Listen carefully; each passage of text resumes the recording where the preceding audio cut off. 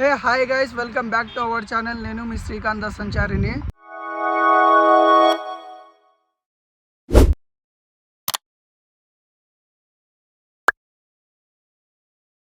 నేనైతే ఇప్పుడు మనునూరు అయితే దాటేశాను. కాకపోతే ముందు ఒక చెక్ పోస్ట్ ఉందంట. అక్కడ ఒంటరిగా వెళ్ళే వాళ్ళని పర్మిషన్ ఇస్తారో లేదో తెలియదు. పర్మిషన్ తీసుకోవాలంట. ఎందుకంటే సింగిల్గా ఉన్నాను కాబట్టి పంపించారు. పులులు, జంతువులు అవి ఇవి ఉంటాయి కాబట్టి. ఎందుకంటే ఇది నల్లమల్ల ఫారెస్ట్ కదా, నాకు తెలీదు ఏం జరుగుద్దో. అక్కడికి వెళ్ళి చూడాలి. యా, చూద్దాం ఏం జరుగుద్దో. ఇందాక నేను వెళ్తుంటే ఒక బ్రో చూసి హాయ్ అని చెప్పి నాకు టీ తాగమని చెప్పారు, ఆఫర్ ఇచ్చారు. పై చేస్తుంది కాసేపు ఒకసారి చూపిస్తా చూడండి. आपका नाम बोला ना भैया? रितम गोगोई। रितम गोगोई। अंदर की नमस्कार मंदिर। क्या करते हैं ना? काम करता हूँ कॉर्पोरेट में। कहाँ पे जा रहे हैं ना? श्रीशैलम को जा रहे हैं। अभी श्रीशैलम जा रहे हैं। कहाँ से आ रहे हैं आप? हम लोग असम से हैदराबाद में ही काम करते हैं। या okay, thank you Anna. Thank you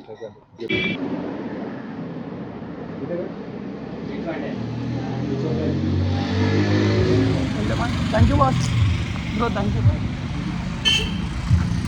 ఇందాక బ్రో పిలిచి మరీ టీ తాగిచ్చారు, బిస్కెట్ తినిపించి. చూస్తున్నారు కదా, వాటర్ కూడా కొనిచ్చారు. ఇదే మనకు కావాల్సింది కూడా. ఇదే చాలా సంతోషంగా అనిపించింది. ఎందుకంటే నేను ఎక్స్పెక్ట్ చేయలేదు పిలిచి మరీ టీ తాగిస్తారని. నాకు నచ్చింది.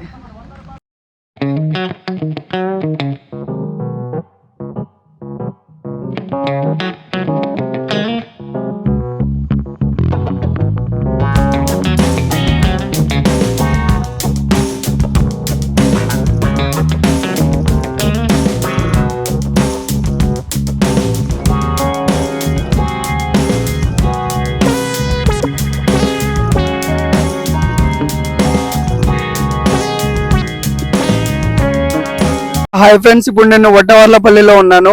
ఇప్పుడు దాదాపు మనం చాలా కిలోమీటర్స్ వచ్చాం. ఎంత దూరం వచ్చాం బ్రో? మనం కనీసం 25 కిలోమీటర్స్ వచ్చాం బ్రో. నేను అనుకోలేదు అసలు ఎంత దూరం వస్తానని చెప్పి. బ్రో పేరు తెలుసుకుందాం. బ్రో మీ పేరు? అజయ్. అజయ్ బ్రో, మీరేమైనా చెప్పాలనుకుంటే చెప్పండి. మనం చెప్పేది ఎక్స్పీరియన్స్ పర్సన్స్, పెద్దోళ్ళు ఇలా ఉన్నారు, పెద్దలు మనకేం తెలుసు. Okay bro, thank you so much. Thank you bro. నేను అసలు ఎక్స్పెక్ట్ కూడా చేయలేదు. ఇట్స్ అమేజింగ్ అని చెప్పుకోవాలి, అంతే, ఏం లేదు. ఇక్కడ నుంచి ముందుకు వెళ్దాం, తర్వాత ఏం దొరుకుందో కూడా తెలీదు. మేబీ 40-45 కిలోమీటర్స్ ఉండొచ్చు ఇక్కడ నుంచి. హే గాయస్, ఇక్కడ వెదర్ అంతా కూల్గా ఉంది. అనుకునే లోపే ఇక్కడ చినుకులు పడుతుంది. వర్షం పడితే చాలా కష్టం అయిపోద్ది మనకు, చెప్పలేం. మళ్ళీ ఇక్కడే ఆగిపోవాల్సి వస్తుంది. చూశారు కదా వెనక బ్యాక్ సైడ్ స్కై ఎలా ఉందో, మొత్తం బ్లాక్గా అయిపోయింది. చెప్పలేం. వర్షం వస్తే మాత్రం ఖచ్చితంగా కన్ఫామ్గా ఇక్కడనే ఆగిపోవాల్సి వస్తుంది. ఆల్రెడీ చినుకులు అయితే స్టార్ట్ అయిపోయింది. చూద్దాం ఇక ఏం జరుగుద్దో. వర్షం వచ్చినా ఏమొచ్చినా మనం మాత్రం ఆగేదేలే.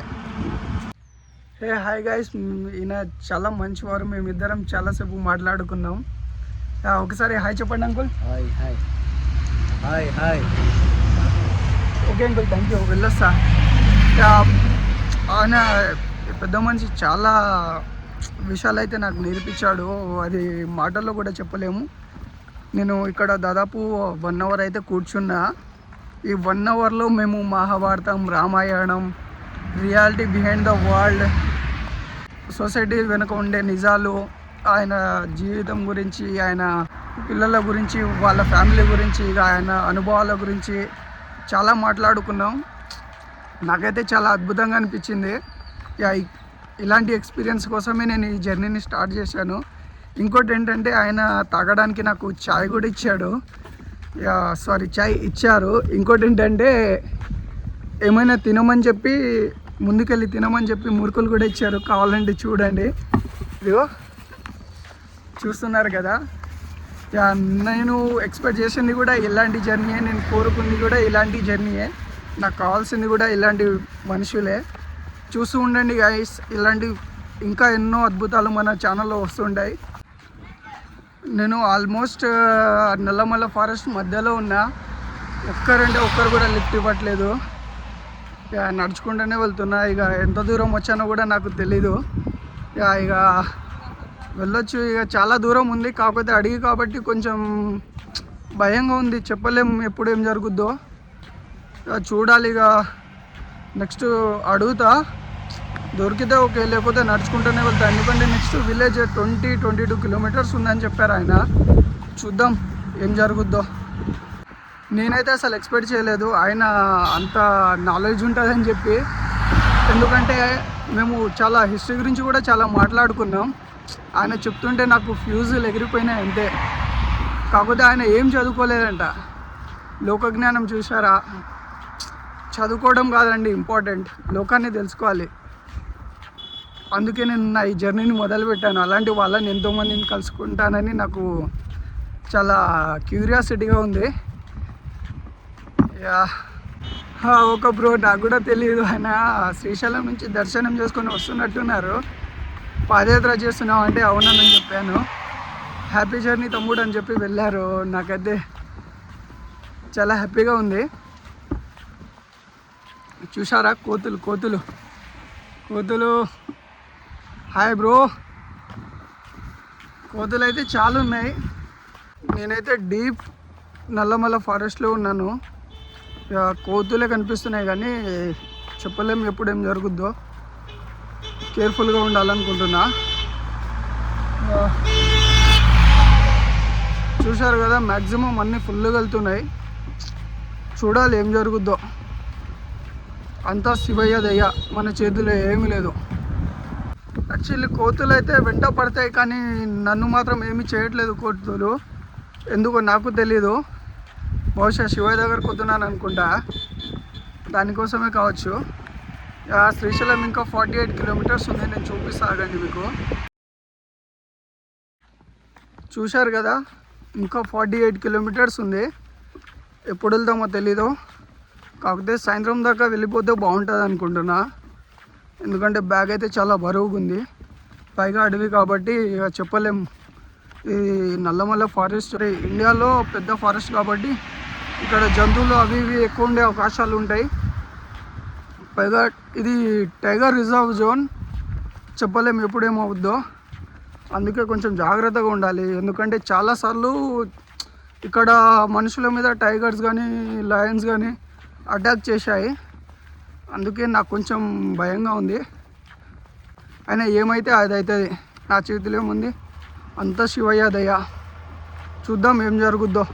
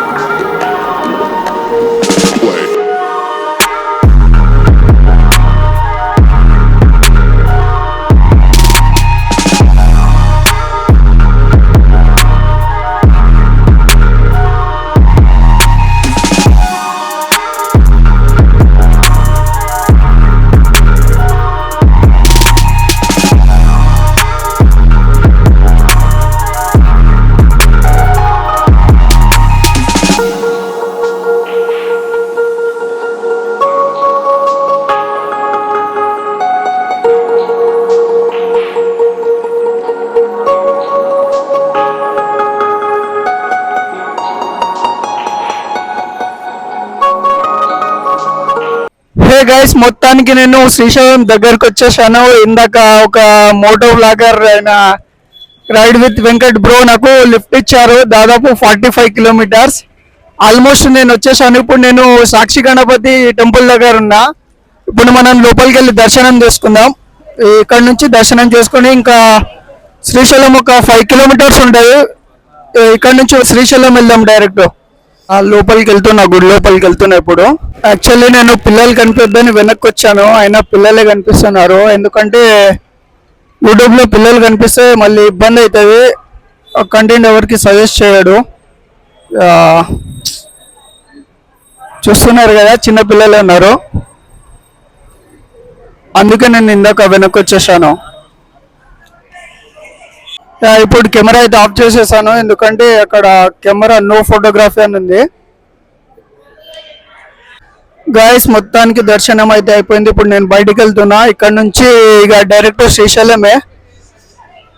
చెప్పలేము ఇక్కడ నుంచి లిఫ్ట్ దొరుకుతుందా లేదా అనేది. చూద్దాం, దొరికితే ఓకే. ఇంకా 5 కిలోమీటర్స్ ఉంది కదా, దొరకకపోతే నడుచుకుంటూనే వెళ్దాం, దగ్గరనే ఉంటుంది. కాళ్ళైతే బాగా గుంజుతుంది గాయస్, ఇందాక కూర్చొని అంటే పెద్ద బండి కదా, 390 కదా, కొంచెం ఇబ్బంది ఉండే. అన్న బ్యాగ్ ఉండే, నా ముందు బ్యాగ్, ఇంకోటి వెనక చాలా బరువు ఉండే. మొత్తానికి మన దర్శనం అయితే అయిపోయింది. ఇక బయలుదేరదాం గైస్, ఆఫ్ టు శ్రీశైలం. ఇక్కడ ఎందుకు దిగిపోయానంటే బ్రో నన్ను గుడి దగ్గరనే దింపుతా అని చెప్పాడు, కానీ ఇక్కడనే దిగిపోయాను. ఎందుకంటే శ్రీశైలం వెళ్లే ముందు సాక్షి గణపతికి ఖచ్చితంగా దర్శనం చేసుకొని వెళ్ళాలి. ఎందుకంటే యమధర్మరాజు దగ్గర చిత్రగుప్తుడు ఎంతో ముఖ్యమో, శ్రీశైలం వెళ్లే ముందు సాక్షి గణపతి కూడా అంతే ఇంపార్టెంట్. అండ్ పాలధార కూడా వెళ్దాం అనుకున్నా, కాకపోతే వర్షం పడుతుందని దిగలేకపోయా. చాలా ఇందాక వర్షం బాగానే వచ్చింది, మొత్తం తడిచిపోయినా. ఎక్కడ చూసినా చిన్న పిల్లలే కనిపిస్తున్నారు. చిన్న పిల్లలు ఉంటే వీడియోలో మళ్ళీ ఇబ్బంది అవుతుంది. తెలియదు వీడియోలో ఎంతమంది వచ్చారో కూడా. సాక్షి గణపతి దగ్గర ఎందుకు దర్శనం తీసుకోవాలంటే, శ్రీశైలం కొండ చూసిన వాళ్ళకి, ఇక్కడ దర్శనం చేసుకున్న వాళ్ళకి పాప పుణ్యములు ఏమి ఉండవంట. నేను చెప్పలేదు, శ్రీ చాగంటి కోటేశ్వరరావు గారే చెప్పారు. ఎందుకంటే మనం చనిపోయాక, తర్వాత ఏం జరుగుతుందో కూడా తెలియదు కదా. ఇక్కడికి వస్తే పాపం పుణ్యం అంటూ ఏముండదంట, జస్ట్ మోక్షం మాత్రమే. మనకు కావాల్సింది కూడా అదే. మరో జన్మ ఎందుకండి మనకు, ఈ జన్మ సరిపోదా ఇది అనుభవించడానికి. ఇక్కడ నుంచి నెక్స్ట్ వెళ్దాం మన నెక్స్ట్ స్టాప్కి.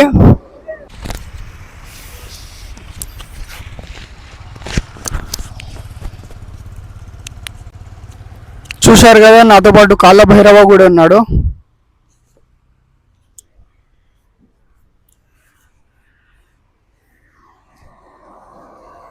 గాయస్ మొత్తానికి నేను శ్రీశైలం చేరుకున్నాను.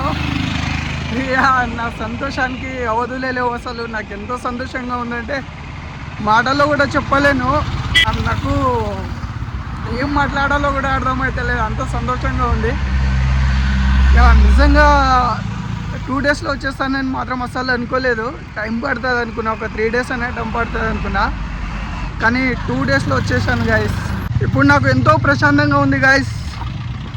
మొత్తానికి చేరుకున్నాను, మొత్తానికి వచ్చేసాను గాయస్, వచ్చేసాను శ్రీశైలంకి.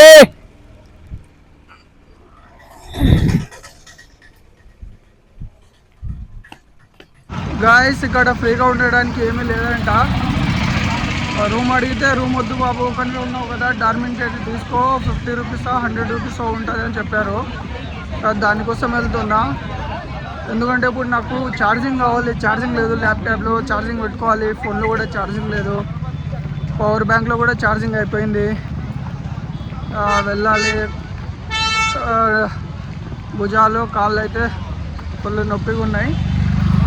చూడాలి ఇక ఏమవుతుందో. డార్మెంటరీ అయితే పక్కా దొరుకుద్ది, కాకపోతే ఛార్జింగ్ పోతే మనకు కావాల్సింది. ఎందుకంటే అది లేకుంటే మనం కష్టం కదా. చూడండి గాయస్, మొత్తానికైతే వచ్చేసాను. ఇప్పుడు డార్మెంటరీ కోసం వెతుకుతున్నా, ఏం జరుగుద్దో చూద్దాం. ఏదైతే అవద్ది చూద్దాం, ఏదైతే అది అవుద్ది. అయితే దాదాపు 3 అవుతుంది గైస్. చూశారు కదా పవర్ బ్యాంక్కి ఛార్జింగ్ పెట్టుకున్నా. అండ్ ఈ వీడియోకి అయితే ఇంతే గైస్. ఇలాంటి మంచి కంటెంట్తో మళ్ళీ రేపు కలుద్దాం. అప్పటిదాకా చూస్తూ ఉండండి. నేను మీ శ్రీకాంత్ సంచారి.